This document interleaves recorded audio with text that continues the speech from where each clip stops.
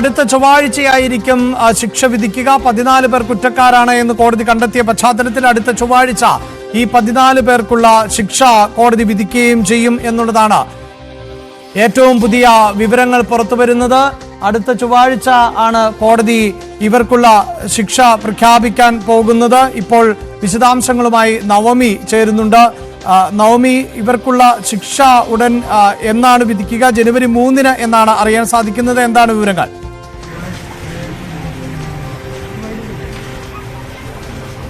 അഭിലാഷ്, ഏറ്റവും ഒടുവിലത്തെ വിവരമനുസരിച്ച് ജനുവരി 3 ഇവരുടെ ശിക്ഷ വിധിക്കുക. അതായത് ഈ പ്രതികളുടെ ശിക്ഷാവിധി ഇപ്പോൾ തന്നെ കുടുംബം ഇതിനോടകം പ്രതികരിച്ചിട്ടുണ്ട്. അവർക്ക് ഈ ഒരു കുറ്റമുക്തരാക്കിയവരെ ഉൾപ്പെടെ അതിൽ ചെറിയ അതൃപ്തിയുണ്ട്. അതുകൊണ്ട് അപ്പീൽ നൽകാനാണ് ഇവർ തീരുമാനിച്ചിരിക്കുന്നത്.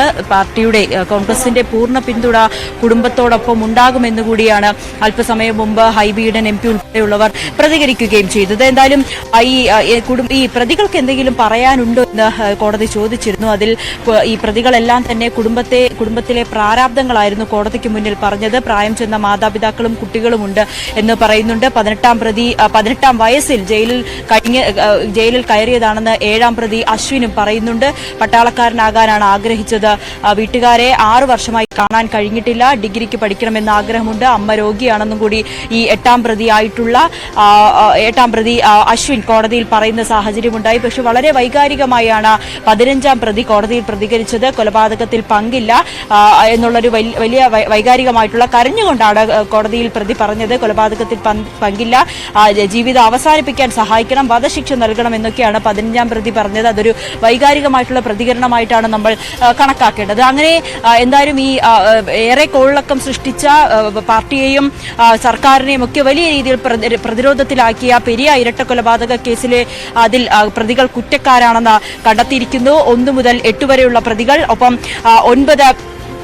11 പ്രതികൾ കുറ്റക്കാരാണെന്ന് കോടതി പറഞ്ഞിരിക്കുന്നു. അതോടൊപ്പം ചില പ്രതികളെ വെറുതെ കുറ്റവിമുക്തരാക്കുന്ന ഒരു സാഹചര്യം കൂടി ഉണ്ടാകുന്നു. ഇതിൽ ഏറ്റവും പ്രധാനപ്പെട്ട കാര്യം മുൻ ഉദുമ MLA ആയ കുഞ്ഞിരാമൻ കുറ്റക്കാരനാണെന്ന് കൂടി കോടതി കണ്ടെത്തുന്നു. 20ാം പ്രതിയാണ്, കുറ്റക്കാരനാണെന്ന് കൂടി കണ്ടെത്തുന്നു.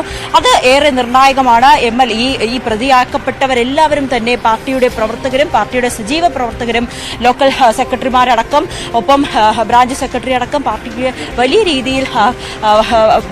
വലിയ രീതിയിലുള്ള സ്വാധീനമുള്ള വ്യക്തികളാണ്. ഇവർ തന്നെയാണ് ഇതിലെ പ്രതികളാണെന്ന് കോടതി കണ്ടെത്തിയിരിക്കുന്നത്.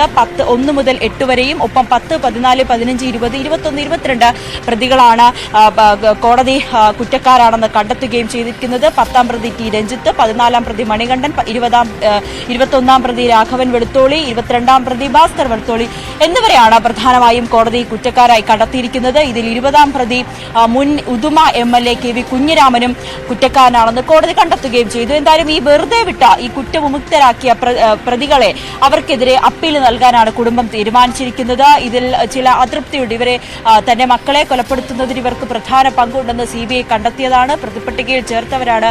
പക്ഷേ കോടതി ഇവരെ കുറ്റവിമുക്തരാക്കിയതിൽ കുടുംബത്തിന് വലിയ വിഷമമുണ്ട്. അതുകൊണ്ട് തന്നെ അപ്പീൽ പോകുമെന്നാണ് പറഞ്ഞിരിക്കുന്നത്. വളരെ വൈകാരികമായിട്ടുള്ള പ്രതികരണമായിരുന്നു പ്രതികൾ കോടതിക്കുള്ളിൽ നടത്തിയിരിക്കുന്നത്. എന്തായാലും ശിക്ഷാവിധി 3 പ്രഖ്യാപിക്കുമ്പോൾ ഏതൊക്കെ വിധികൾ എന്തൊക്കെയായിരിക്കും, ഏതൊക്കെ കുറ്റങ്ങളായിരിക്കും, ഏതൊക്കെ വിധിയായിരിക്കും, ഇവർ എത്ര ജീവപര്യന്തമടക്കം അല്ലെങ്കിൽ ഇരട്ട ജീവപര്യന്തമടക്കമുള്ള ഇവർക്കെതിരെ ചുമത്തുമോ എന്നതെല്ലാം നമുക്ക് 3ാം തീയതി വരെ കാത്തിരിക്കേണ്ടി വരും. എന്തായാലും ഇപ്പോൾ പ്രതികളെ 1 മുതൽ 8 വരെയുള്ള പ്രതികൾ കുറ്റക്കാരാണെന്നാണ് ഇപ്പോൾ കോടതി കണ്ടെത്തിയിരിക്കുന്നത്.